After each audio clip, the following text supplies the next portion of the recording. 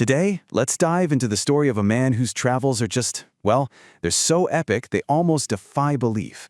A journey that seriously dwarfs almost every other in recorded history.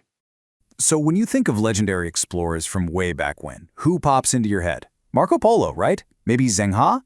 Well, what if I told you there was a guy who traveled farther than both of them combined? And this chart really tells the whole story. Look at this. Marco Polo, super impressive, right? 24,000 kilometers. Then you've got the amazing Chinese admiral Zheng He, who more than doubled that.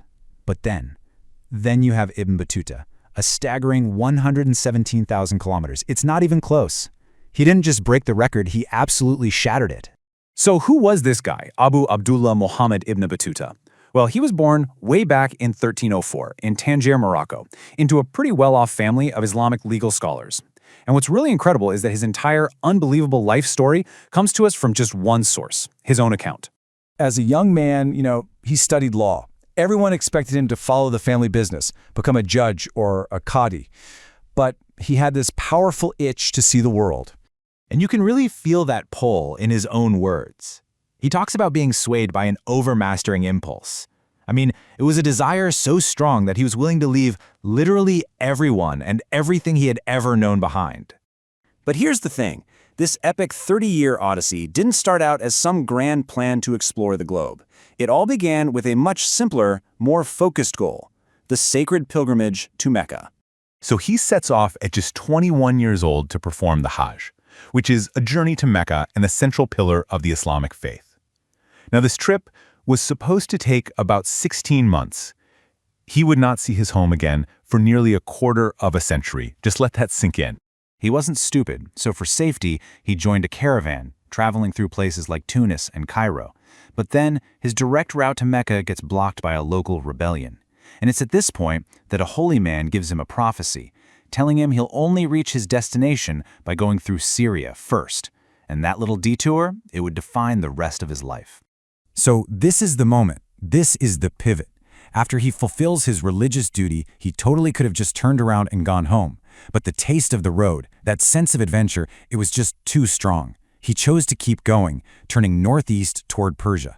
The pilgrimage was officially over. The real journey had just begun.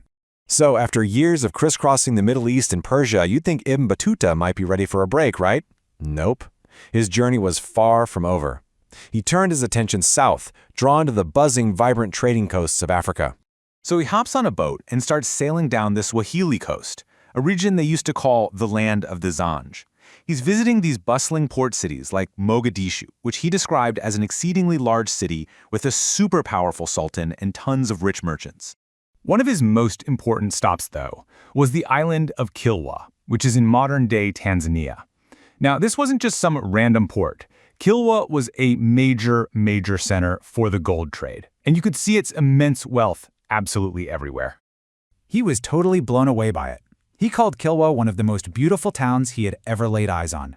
He was really impressed by its sophisticated city planning. He noted how the Sultan was deeply religious but also humble, and he just marveled at the Great Mosque, which was built from coral stone, the largest of its kind.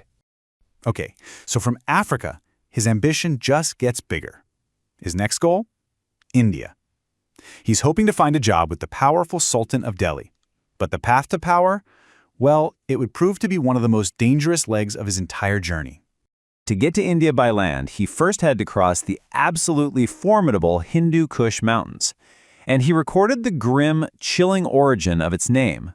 He wrote that it meant Hindu slayer because the extreme cold in the passes was lethal to the many slaves being transported from India. So he makes it to Delhi, and his legal background really pays off. The Sultan, who is this notoriously erratic but brilliant ruler, makes him a judge. So for 6 years, Ibn Battuta is living this life of luxury and influence, but it was a super dangerous position. He was constantly walking on eggshells, teetering between the Sultan's favor and his suspicion. The Sultan finally gives him a way out, putting him in charge of an embassy to China. But the journey was a complete catastrophe right from the start. First, his party gets attacked by bandits. Then he gets robbed, kidnapped, and nearly killed.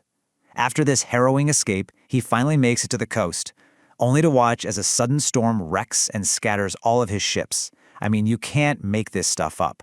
So now what do you do? He's a failure, and he's absolutely terrified of going back to face that unpredictable sultan in Delhi. So, Ibn Battuta takes a detour. He lands in the Maldives Islands, where, it turns out, his reputation as a legal scholar had arrived before him. He was quickly appointed chief judge and basically tried to impose his very strict version of Islamic law. He's ordering whippings for men who miss Friday prayer, and he's commanding women to cover their chests, which was just not the local custom at all. And this massive clash of cultures created a ton of friction. So after just 9 months, he was pretty much forced to resign and leave. After even more adventures, including finally making it to China, Ibn Battuta eventually turned for home. After nearly 30 years on the road, he returned to Morocco. But honestly, his greatest contribution was still yet to come. Just think about that for a second. 30 years. He had traveled through what are now over 40 different countries. He crossed 3 continents, and somehow he survived shipwrecks, bandits, and the whims of incredibly powerful rulers. His journey gives us this remarkable picture of just how interconnected the 14th century Islamic world really was. I mean, a scholar from Morocco could find work as a judge in India or the Maldives. It's pretty amazing. So when he gets back, the Sultan of Morocco commissions him to dictate his entire story to a scholar. And the result was this book, commonly known as the Rihla, which means the journey. And it's a good thing he did, because without this book, the story of the greatest traveler of the pre-modern age would be completely lost to history. Just gone. His epic life, just filled with all these wonders and marvels, was ultimately captured in one single book. It kind of makes you think, doesn't it? If you had to tell the story of your own life's journey so far, what single defining adventure would be right there at its heart?